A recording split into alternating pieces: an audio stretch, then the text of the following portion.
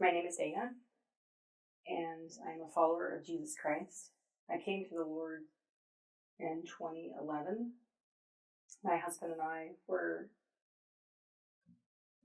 at the time, in a trouble spot in our marriage, and we were at a marriage ministry, and there was a woman there who I really admired, and she was a lot like me. So I asked her if she would meet with me to help me be a better wife.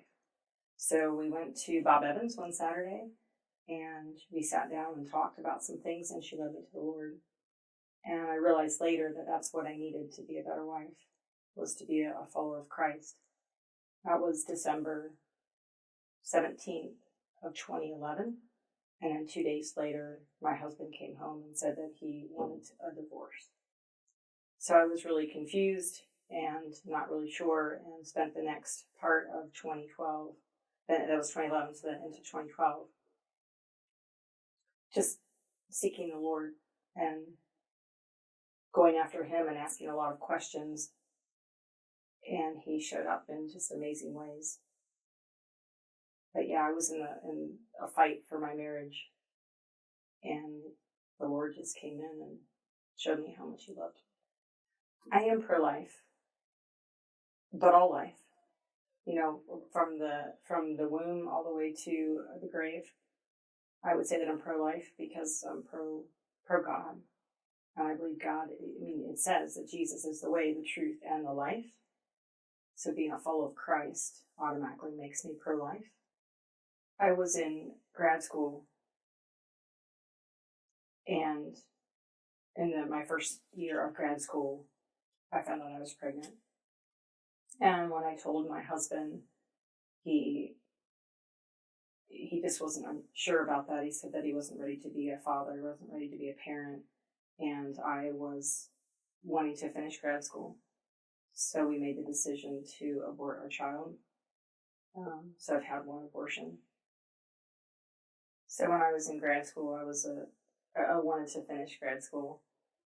So for me, that was the driving force to choose abortion, because I didn't see that it would be possible for me to finish grad school while being pregnant and then having a child. And also my husband was not supportive of keeping the child. And at the time, we never even said it was a child. It was, we believed the lie that it was just a ball of tissue. We went to Planned Parenthood for the abortion. I don't really remember a whole lot about that day. The thing that really stands out to me that I can remember is I was in the waiting room, and then I got up, they called me back, and my husband stood up with me, and then they said that he wasn't allowed to go with me when we went back. And then I remember looking back at him, and just the look on his face. I could see the care and the concern in his heart and in his eyes. And then I just kept walking. I don't really remember much about the procedure. I do remember there was, to my left, I guess like an ultrasound screen, and I had it turned off, so there was no audible. I couldn't hear the heartbeat. I wish that they would have had it on, because then I would have known. But I remember thinking, I can't look over there. I can't look over there. And I regret not looking over there. I regret not looking at that screen. That would have been the only time I would have been able to see my child. I wouldn't say that I was treated poorly, but I also don't believe that I was treated with, love and a lot of care and concern. The only thing I remember is being taken back into a room for counseling or whatever that was supposed to be. And I don't even know what the conversation was, but on the wall was a poster that just, more or less said, teachers have had abortions, pastors have had abortions, doctors have had abortions, just more or less, I think, just trying to convince you that it's okay. All these different people of all these different walks of life have had abortion, and essentially saying it's okay, I don't really have any recollection if it affected me, if the abortion affected me Physically, if it did, I didn't notice. As far as how did the abortion affect me emotionally, mentally, and spiritually. At the time, I didn't have a relationship with the Lord. I know now that it affected me spiritually, but I didn't know that at the time. But definitely after that, as far as how did the abortion affect me mentally and emotionally, I became very angry, though I didn't realize that was where the anger was coming from. But I became extremely angry and pretty much lost all respect for my husband. From that point on, I just didn't have respect for him. And I made all the decisions after that. I became very controlling and made all the decisions. Wouldn't let him make any decisions, didn't trust his judgment for anything. And that turned out to be devastating for our marriage. So not only did my husband and I we never really talked about the abortion. I tried a couple of times to talk to him, but he didn't want to have the conversation. He didn't want to talk about what happened, but we really disconnected and drifted apart. It affected our relationship in every aspect possible. I believe it affected our emotional relationship, our physical relationship. It affected our friendship. We just weren't close like we used to be, and it really drove us apart. I have 2 living children. I have a 13-year-old daughter and a 12-year-old son. And I do think that the abortion affected my relationship with them, as far as a harder time bonding with them. But at the same time, I'm so grateful to have them. When I was pregnant with my daughter, who's 13, I had a brief vision of holding my child. And the vision that I had of holding my child, I could just kind of see the hair on the child. And it was darker hair. And it was kind of sparsely, but darker hair. And then when I had my daughter, her hair was platinum blonde when she was born. And I remember thinking, that's not what I saw. I've later learned that I believe that vision that I saw was my first child that I aborted. So after I came to Christ in 2012, my husband and I got back together. So we had trouble in our marriage. He had asked for the divorce. We ended up separated. And then he came back home. And that was a whole part of God restoring things in our lives. And then as I was, we were healing from that and just a brand new believer, I went to the Eve Center in Cincinnati for some healing that I need healed from. I went to the Eve Center for a post-abortive recovery group.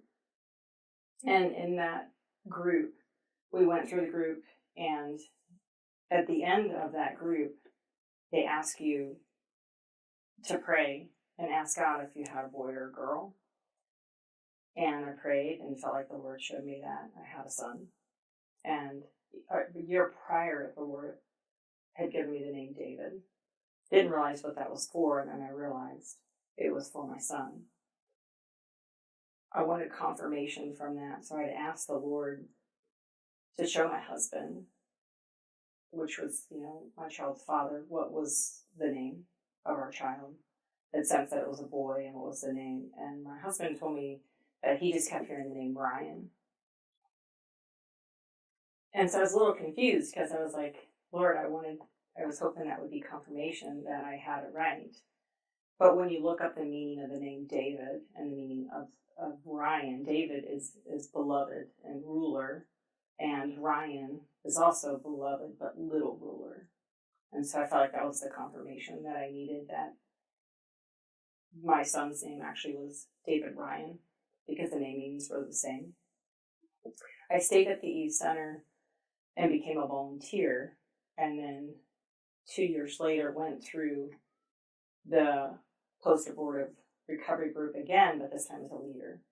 And when I went through as a leader and we're going through our book, in my book, I keep addressing the baby as she. And I completely had forgotten about that, because when I went through the recovery, I felt like the Lord showed me it was a boy. We named him David Ryan. So I went back to prayer and said, Lord, did I get that wrong? Was it really a girl? And I felt like it was a boy. And then I felt like the Lord whispered twins. And that was devastating. It's like I had to go through this process all over again. And I wasn't sure. But when I was driving down the road one day, and my daughter was in the car with me, and I said, look, there's, a mom and a baby deer on the side of the road. And then as we got closer to it, there were actually two baby deer. So there was twins. And then I was at the hardware store picking out some paint, and I'm at the paint counter, and there's a gentleman speaking to me about his grandchildren. He's just going on and on. I just want to get my paint. And he starts telling me about his grandchildren, and he says, oh yeah, and the twins. And he mentions the twins, David and Mary. So I felt like that was a confirmation from the Lord that in fact it was twins, a boy and a girl, David, and then the Lord showed me the girl's name was Mary. And had a conversation with my daughter about there being another child. My children know that they have a brother and sister in heaven that died before they were born because their mom and dad made a bad choice. And my daughter had mentioned Elizabeth somehow. So my daughter's name is Mary Elizabeth, and my son's name is David Ryan. David and Mary would be 16. And I think about them when I see my current children playing, knowing that they would have an older brother and sister. I have one son, one daughter, and they each would have, another playmate. So when I think about them playing, or when they tell me they're bored or have nothing to do, or, I think they, God's plan was that they would have another brother and sister to play with. My family in its wholeness was stolen from me. My children lost siblings. They don't, the children in heaven and the children here on earth, they don't have each other to play with. What was stolen is, I believe that the oldest child typically is very ambitious and a natural leader. That was stolen from my family. I don't have my son David to be that natural leader of my family and to, be the leader of the children. And the other thing that I have realized, and it was really helpful, that my oldest living daughter is actually a third born. And when I realized that she's a third born, it makes a lot more sense, because sometimes we think that she's the firstborn, but she's really not. And so,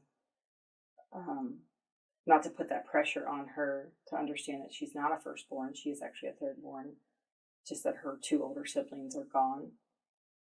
But I think this world is missing, whatever the gifts they have. I have no idea what gifts God had put in my children that are gone, that actually they're in heaven now. But I believe something amazing, because the two children that I have on earth right now are absolutely amazing children. So I know that something was stolen from this world, and definitely knowing that the Lord named my son David and my daughter Mary, and what those two names mean, that we're missing some incredible leaders. I absolutely regret my decision, and if I could go back and talk to myself, I would tell her, don't do it. I would make sure she knew that it wasn't a ball of tissue, it wasn't a bunch of cells, that it was a life, and it was a life that was given, it was a gift. And even though at the time I didn't understand that gift, I would have said, it's a surprise.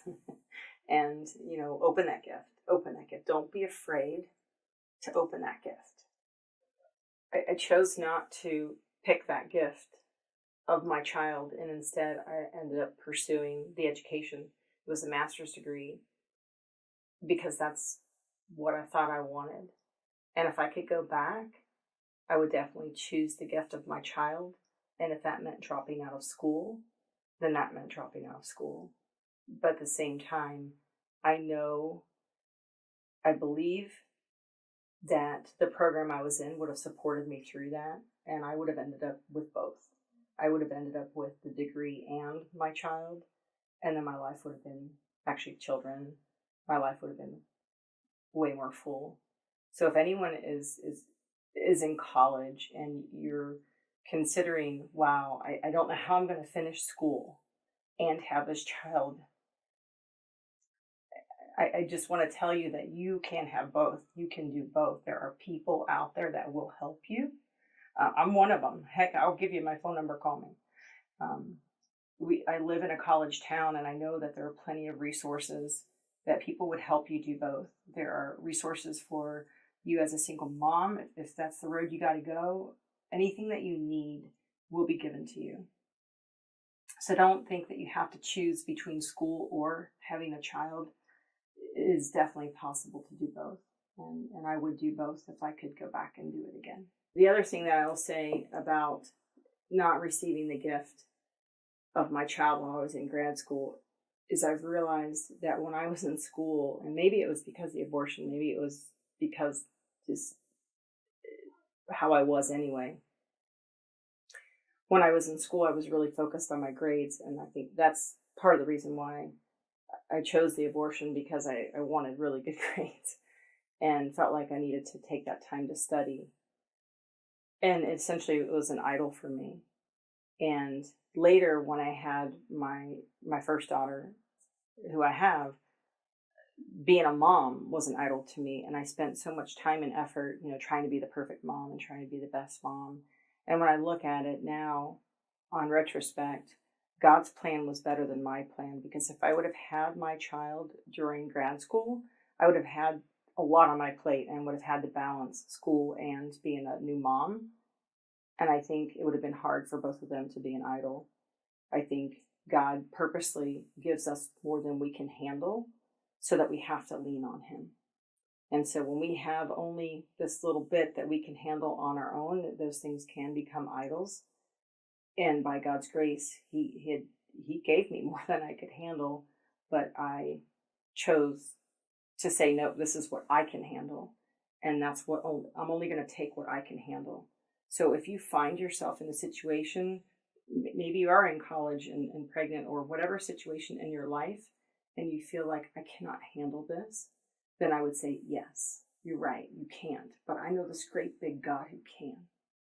So I just want to say to you, in that situation, just turn to God, just turn to God, just turn to God, and He will get you through whatever you need to get through. When I first came to Christ, my husband said that he wanted a divorce, and then we were separated at the time.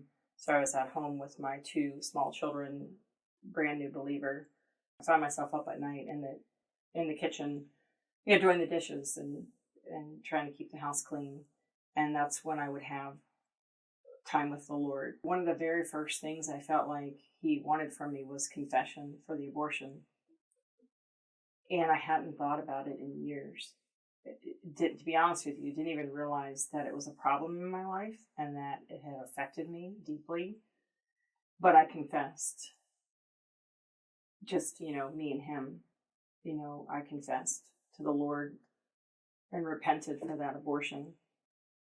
Shortly thereafter, I was at church one day, and I was going to a mega church, been going there for several months, and they had confession that day. This church doesn't typically have confession on a regular basis, but they had confession that day, and they were inviting people to, come and, confess their sins, and there were lots of prayer ministers there to pray for them. And I just sat in my seat, just crying and extremely afraid to confess to another person what I had done. I was very afraid. Fortunately, there were some people in the back of the room, which was really good because it was a little bit darker and felt like I could be a little bit more discreet. And so I went to the back of the room to someone, and just trembling, knowing that God wanted me to confess, to say it out loud, and I had not told anyone. So I went up to this woman, a beautiful woman, and she asked me, what I needed to confess. And I confessed that I had an abortion. And I guess through the tears and whatnot, she couldn't hear me. So she asked me, excuse me, and I had to say it again, and I had to say it louder, and confess that I had an abortion. And she grabbed my hands. She grabbed my hands, looked me in the eye, and pronounced me forgiven. And said that I was forgiven. And prayed over me and wrapped her arms around me and held me. And I walked out of that auditorium that day knowing that I was forgiven. Completely forgiven. I had encountered Jesus in the flesh through this wonderful saint, and I was forgiven that day. The thing is, I didn't really know that, yes, even though I was forgiven, it was complete and it was total, because that's God. I still had to walk that out. So it wasn't till a year later that I went to the Eve Center and actually went through the healing journey and received more healing. But that day, I know that I was forgiven. If I could say anything to my children in heaven, which I feel like I already have, because I've asked the Lord to talk to them for me and tell them that I love them and that I miss them and I look forward to seeing them. I used to think that I wanted to say I'm sorry, and on some levels I still want to say that, but at the same time, I know that the Lord has forgiven me as far as the east is from the west. I know that the Lord, my children don't know the circumstances why we're separated. They just know they're in heaven and they're with Jesus and life is good, and that they have a mom they haven't met yet and family they haven't met yet, but they will. So I just want to say, yeah, I love you, and I can't wait to see you. And you have a brother and sister here that want to see you too. And yeah, we'll all be together soon, because this is just but a breath of a life. But we'll all be together soon, and we'll have lots of time together to have fun. We will have fun. I want to say to anyone who is considering an abortion, because there is pressure in that relationship, maybe from the father, and if you're thinking that I need to do this to save that relationship, I want to tell you you're wrong. Because the research shows, the statistics show that most couples who experience an abortion, that relationship ends.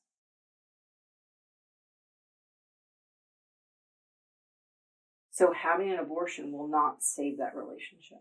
And so anyone who's considering an abortion, I want you to have the information you need to make that decision. And what I wasn't told is that relationship that you're in is most likely going to end.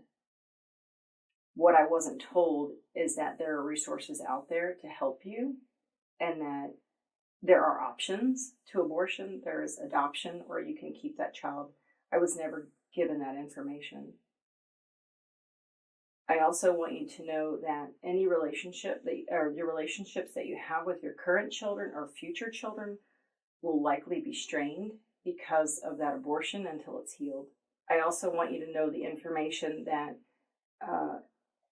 if you have an abortion, your incidence of breast cancer goes up. Something else, as a result of having had an abortion, women experience higher rates of depression and suicide. Women also experience more anger and relationship troubles after they've had an abortion.